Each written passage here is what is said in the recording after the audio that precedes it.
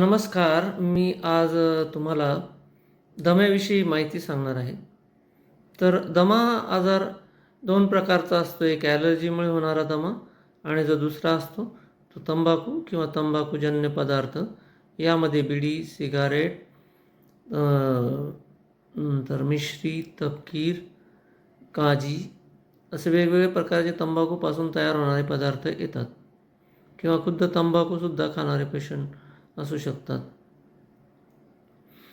तर ॲलर्जीमुळे जो होतो दमा, त्यामध्ये विशिष्ट प्रकारची ॲलर्जी असते.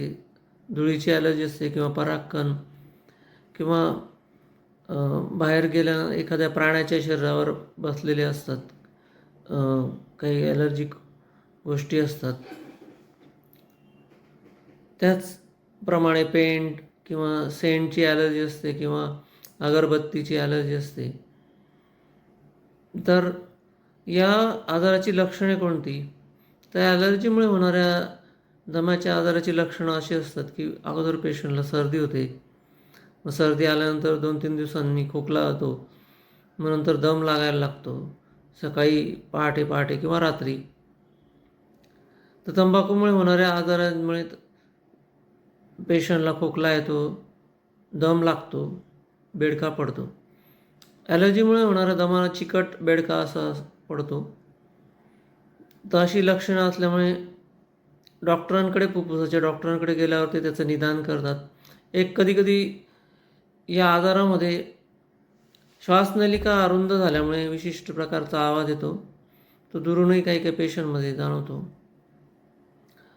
आणि पेशंटला तपासल्यानंतर डॉक्टर ठरवतात की याला दमा आहे. दम्यासाठी एक टेस्ट असते पल्मोनरी फंक्शन टेस्ट, कॉम्प्युटराइज्ड फुफ्फुस क्षमता चाचणी. त्यामुळे सुद्धा लक्षात येतं की त्या पेशंटला दम्याचा आजार आहे. तर अशा प्रकारच्या पेशंटमध्ये वेगवेगळ्या प्रकारची ट्रीटमेंट डॉक्टर करत असतात. महत्त्वाची ट्रीटमेंट म्हणजे ॲलर्जीच्या दम्यामध्ये ते विशिष्ट प्रकारचे पदार्थ असतात किंवा धूळ असेल किंवा अगरबत्ती असेल तर त्यापासून आपण शक्यतो दूर राहावे. नाकावर रुमाल बांधावा आणि तंबाखूजन्य पदार्थांमुळे तंबाखू अगोदर बंद करावी. नाहीतर मग दमाचा आजार वाढत जातो आणि त्यानंतर मग त्याचे स्टेप वाढत जातात. स्टेजेस असतात तंबाखूमुळे दम्याच्या आजाराच्या आणि ते डॉक्टर आपल्याला सांगतात की कुठल्या स्टेजला आहे. तो 0 स्टेजला आहे का, 1 स्टेज आहे का, 2 आहे का, 3 आहे का, 4. तर 4थी स्टेज म्हणजे शेवटची स्टेज असते. त्यानंतर पेशंट दगावण्याची शक्यता असते, जेव्हा पेशंट व्हेंटिलेटरवर जाऊ शकतो. तर अशा आजाराची काय ट्रीटमेंट असते, तर वेगळ्या प्रकारचे इन्हेलर किंवा रोटावेलर म्हणजे पंप आपण साधारणपणे म्हणतो. त्याच्यात एक बारीक पावडर असते औषधांची. ती आपण ओढत असतो आणि ते डॉक्टर त्याला सांगतात ती कशाप्रकारे ओढायची. तर हे इन्हेलर किंवा रोटावेलर गेल्यामुळे असं आढळून आलं आहे की जे लोक व्यवस्थित डॉक्टरांच्या सल्ल्यानुसार इन्हेलर किंवा रोटावेलर घेतात त्यांचा आजार कमी होतो आणि ते जास्त दिवस जगतात किंवा त्यांचं आयुष्य वाढतं हे जे इन्हेलर किंवा रोटावेलर घेतल्यामुळे. तसंच नेबुलायझेशन जर जास्त त्रास झाला तर डॉक्टरांकडे जाऊन नेबुलायझेशन घेऊ शकतो किंवा घरीसुद्धा नेबुलायझेशन आपण घेऊ शकतो.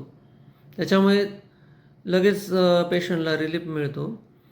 हे जे इन्हेलर किंवा रोटावेलर असतं याच्यामध्ये एकदम कमी प्रकारचं औषध असतं आणि ते आपल्याला फुफ्फुसात लगेच जातं आणि त्याचे लगेच पेशंटला थोड्या वेळामध्ये बरं वाटायला लागतं. त्यामुळे जे गोळ्या आणि इतर औषधं असतं ते अगोदर पोटात जातात, मग रक्तात मिसळतात आणि मग ते फुफ्फुसात जातं. मग त्याच्यामुळे त्याचे साईड इफेक्ट असू शकतात आणि हे डॉक्टर त्याबद्दल चांगली माहिती देऊ शकतात. तर अशा प्रकारे दम्याच्या आजार ही ट्रीटमेंट आहे आणि हे बरेच पेशंट लोक विचारतात की बुवा ह्या आजारावर पंप घेतल्याने सवय लागते पण हा जो आजार आहे दमा ही ॲलर्जी आपल्या कायम हा अनुवंशिक आहे. त्याची ॲलर्जी कायम आपल्या शरीरात राहते. त्या विशिष्ट पदार्थामुळे आपल्या शरीरामध्ये श्वासनलिका एक रिॲक्शनसारखं होतं. श्वासनलिका आकुंचन पावते.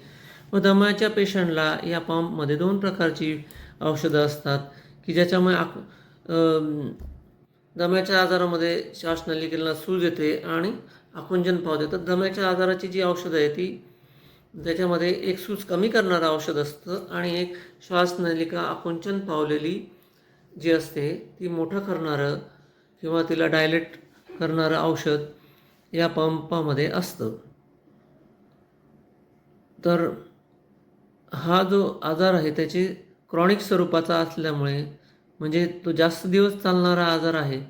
कायमस्वरूपी आजार जसं डायबिटीज, बीपीचा आजार त्याला कायम गोळ्या घ्याव्या लागतात. तसं या आजारामध्ये पंप हा कायमस्वरूपी घ्यावा लागतो आणि कधीकधी उन्हाळ्यात त्याचे प्रमाण कमी केले जाते किंवा काही काही पेशंटमध्ये ते बंद पण करण्यात येते.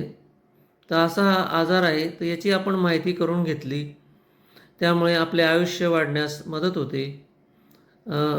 तर व्यवस्थित फुफ्फुसाच्या डॉक्टरांचा याविषयी व्यवस्थित सल्ला घ्यावा. त्या डॉक्टरांकडे जावं ही माझी नम्र विनंती. धन्यवाद.